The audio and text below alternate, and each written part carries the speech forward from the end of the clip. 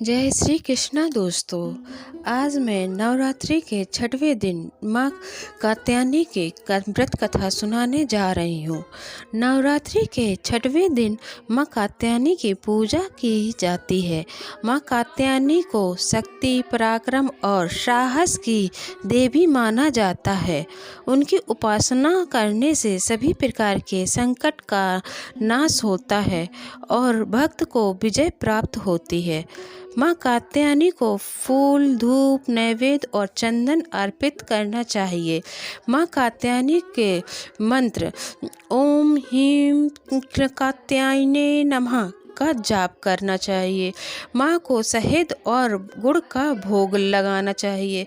अंत में माँ की आरती करें और प्रसाद वितरित करें। एक समय की बात है, महर्षि कार्तिकेय ने घोर तपस्या की और भगवान विष्णु, महेश्वर और ब्रह्मा को प्रसन्न किया। उन्होंने देवी भगवती से प्रार्थना की कि वे उनके घर पुत्री के रूप में जन्म लें। महर्षि की तपस्या से प्रसन्न होकर देवी भगवती ने उन्हें वरदान दिया कि वे उनकी पुत्री के रूप में प्रकट होंगी। जब दानवों का राजा महिषासुर अपने अत्याचार से देवताओं और महर्षि मुनियों को पीड़ा देने लगा, तब देवताओं ने माँ आदिशक्ति से प्रार्थना की। तब ब्रह्मा, विष्णु और महेश के तेज से एक दिव्य कन्या प्रकट हुई जो महर्षि कार्तिकेय के घर जन्मी। इसी कारण उन्हें कात्यायनी कहा गया। माँ कात्यायनी का स्वरूप अत्यंत दिव्य और तेजस्वी है। वे 4 भुजाओं वाली हैं, जिनमें से एक हाथ में तलवार, दूसरे में कमल और 2 हाथ अभय मुद्रा में होते हैं। उनका वाहन सिंह है, जो उनके पराक्रम का प्रतीक है। महिषासुर नामक असुर ने अपनी कठोर तपस्या से ब्रह्मा जी को प्रसन्न कर लिया और उनसे अमरता का वरदान मांगा। ब्रह्मा जी ने कहा कि कोई भी देवता या पुरुष उसे मार नहीं सकेगा। महिषासुर ने सोचा कि स्त्रियां तो शक्तिशाली नहीं होती, इसीलिए उनसे विशेष रूप से यह वरदान मांगा कि केवल एक स्त्री ही उसे मार सके। वरदान प्राप्त होते ही महिषासुर ने तीनों लोकों में आतंक मचाना शुरू कर दिया। वह स्वर्गलोक का तक पहुंच गया और इंद्रदेव को हरा दिया। देवता भयभीत होकर त्रिदेवों ब्रह्मा, विष्णु और महेश के पास पहुँचे और सहायता मांगी।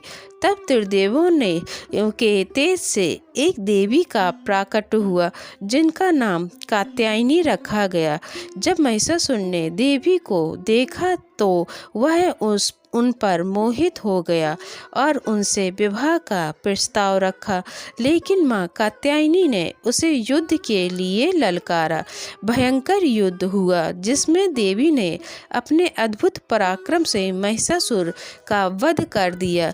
इसी कारण वे महिषासुर मर्दिनी के नाम से भी प्रसिद्ध हैं। प्राचीन समय में एक ऋषि की कन्या थी जो अत्यंत सुंदर और सुशील थी।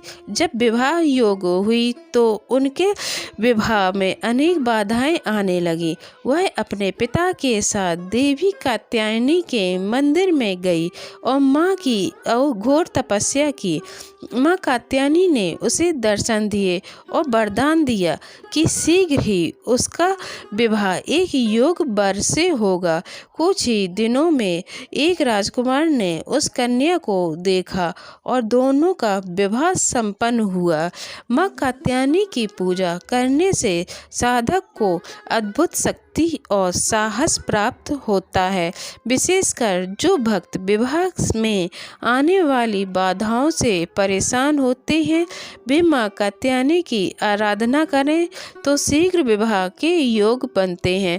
माँ की कृपा से भय, संशय और आलस्य दूर होते हैं। जो लोग अपने शत्रुओं से परेशान हैं, वे माँ की साधना करें तो शत्रु परास्त हो जाते हैं। माँ की कृपा से घर में सुख, शांति और धन वैभव बना रहता है। माँ कात्यायनी की पूजा नवरात्रि के छठवें दिन विशेष रूप से की जाती है। उनकी आराधना करने से भय, रोग, शत्रु और संकट समाप्त हो जाते हैं। माँ कात्यायनी का स्मरण करने मात्र से ही जीवन में सकारात्मक ऊर्जा का संचार होता है। जो भी भक्त सच्चे मन से माँ की भक्ति करता है, उसे जीवन के हर क्षेत्र में सफलता प्राप्त होती है।